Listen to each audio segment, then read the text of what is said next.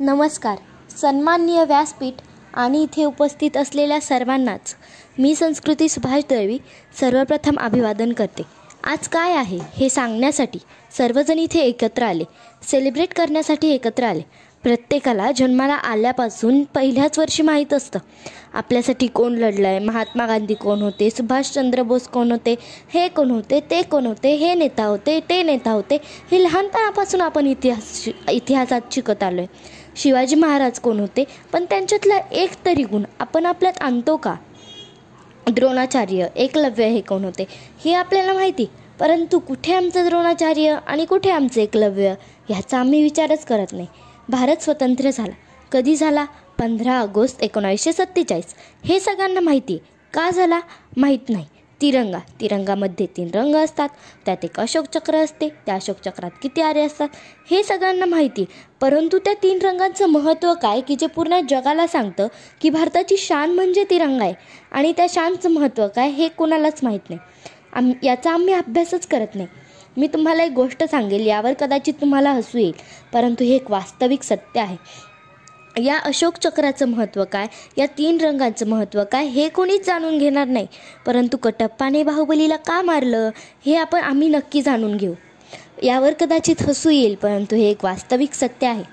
आपल्याला स्वातंत्र्य मिळवून दिले. आपल्याला शाळेमध्ये शिकवलं जातं की जात, धर्म, पंथ हे सगळे एक आहेत. मग मला प्रश्न पडतो की शाळेच्या पहिल्याच दिवशी जातीचा दाखला का मागितला जातो याचा कोणीतरी विचार करायला हवा. जेव्हा कोणी कॉलेजमध्ये जातं तेव्हा एक गोष्ट त्याला फार अभिमानास्पद सांगितली जाते. तुमचं कास्ट सर्टिफिकेट इथे चालणार नाही, तुमचं इथे गुणपत्रक चालेल. आणि खरंच ही खूप अभिमानाची गोष्ट आहे. मला तुम्ही एक गोष्ट सांगा, हिंदू, मुसलमान, इतर कुठल्याही जातीपंथांच्या व्यक्तींना तुम्ही घेऊन या आणि त्यांचं रक्त चेक करा. लालच असणार आहे ना? मग आपण का रंगावरनं भांडण करतो की नारंगी रंग आमचा, हिरवा रंग ह्यांचा, ह्यांचा, तो त्यांचा? का?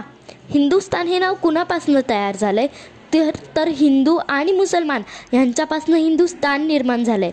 याचा कोणीतरी विचार करायला हवा. आम्ही पाकिस्तानाशी भांडण करतो का? आमचं भांडण कुठल्याही जाती किंवा धर्माविषयी नाही आहे, ही गोष्ट लक्षात आणली पाहिजे. छोटी गोष्ट घ्या, कुत्र्याला जर आपण दगड मारला तर तो भुंकणारच आहे ना. पण जर आपण त्याला जवळ जाऊन त्याच्या बिस्किट दिलं तर तो आपल्या बिस्किटाची मान राखेल, इनामदारी राखेल.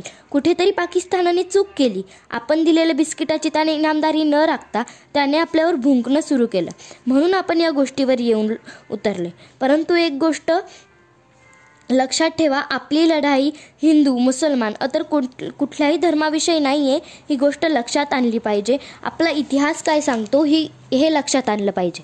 आपल्या भारताची शान भारत माता आहे आणि ती एक स्त्री आहे. या भारतामध्ये किती स्त्रियांचा आदर केला जातो, किती स्त्रिया म्हणून हत्या होतात, या गोष्टीचा कोणीतरी विचार केला पाहिजे. आझादी म्हणजे आम्ही ब्रिटिशांच्या तावडीतून मुक्त झालो, पण आम्ही आमच्याच तावडीत किती अडकलो आहे याचा कोणीतरी विचार करायला हवा. कुठेतरी स्वार्थी होण्यापेक्षा निस्वार्थी होऊन जगून बघा. महात्मा गांधींना चांगले आणि वाईट बोलणारे खूप आहेत, परंतु महात्मा गांधी चांगले होते म्हणून ते आज नावाजलेले आहे. ही गोष्ट लक्षात ठेवा. ते म्हणतात ना, इतिहास विसरणारी माणसं इतिहास घडवू शकत नाही, आणि इतिहास घडवणारी माणसं इतिहास विसरू शकत नाही. मुळात हाच एक मोठा इतिहास आहे. आमचे नौजवान लढाई करतात भारताला वाचवण्यासाठी, आम्ही इथे सुरक्षित राहण्यासाठी, आणि ते त्यांचे प्राण पणाला लावतात. ते त्यांचे प्राण देशासाठी पणाला लावतात, आणि आम्ही आमचे प्राण परीक्षेत नापास झालो, सुसाईड केली. आम्हाला ह्याने धोका दिला, सुसाईड केली. आम्हाला ह्याने हे केलं, सुसाईड केली. अरे खरंच हा आपला भारत आहे? ते म्हणतात ना, जमाने भर में बहुत मिलेंगे आशिक कई, लेकिन वतन से कोई सनम नहीं होता. सोनों में मिट गए और लोटों में लिपट गए, लेकिन तिरंगा से अच्छा कोई गफर नहीं होता. प्रयत्न करत राहा. कुठेतरी म्हटलंय, लहरों से डरकर नौका पार नहीं होती, कोशिश करने वालों की कभी हार नहीं होती. असफलता एक चुनौती है, उसे स्वीकार करो. क्या कमी रह गई उसे देखो, और उसे सुधार करो, उसे देखो और उसे सुधार करो। कुछ किए बिना ही जय जयकार नहीं होती, कुछ किए बिना ही जय जयकार नहीं होती। कोशिश करने वालों की कभी हार नहीं होती, कोशिश करने वालों की कभी हार नहीं होती, कोशिश करने वालों की कभी हार नाही होती। एक गोष्ट लक्षात ठेवा, आकाशात उंच भरारी घेण्यासाठी एका छोट्या पिल्लालाही उंच उडावं लागतं। आकाशात उंच भरारी घेण्यासाठी एका छोट्या पिल्लालाही उंच उडावं लागतं आणि सुंदर धबधबा बनायला पाण्यालाही उंचावरून पडावं लागतं, पाण्यालाही उंचावरून पडावं लागतं। आम्ही मोठे झाल्यावर आमचा इतिहास विसरतो। आम्ही ज्या नेताजींबद्दल, ज्या महापुरुषांबद्दल वाचतो त्यांनाच आम्ही शिवेगाळ करतो। परंतु एक गोष्ट लक्षात ठेवा, आपल्याला ज्या शिडीने वर जायला मदत केली ना, त्या शिडीला वर जाऊन कधीच लाथ मारू नये। कारण आकाशाची उंची गाठण्यात कधी यावंच लागलं खाली तर मातीचा आधार मात्र गमावू नये, मातीचा आधार मात्र गमावू नये। धन्यवाद।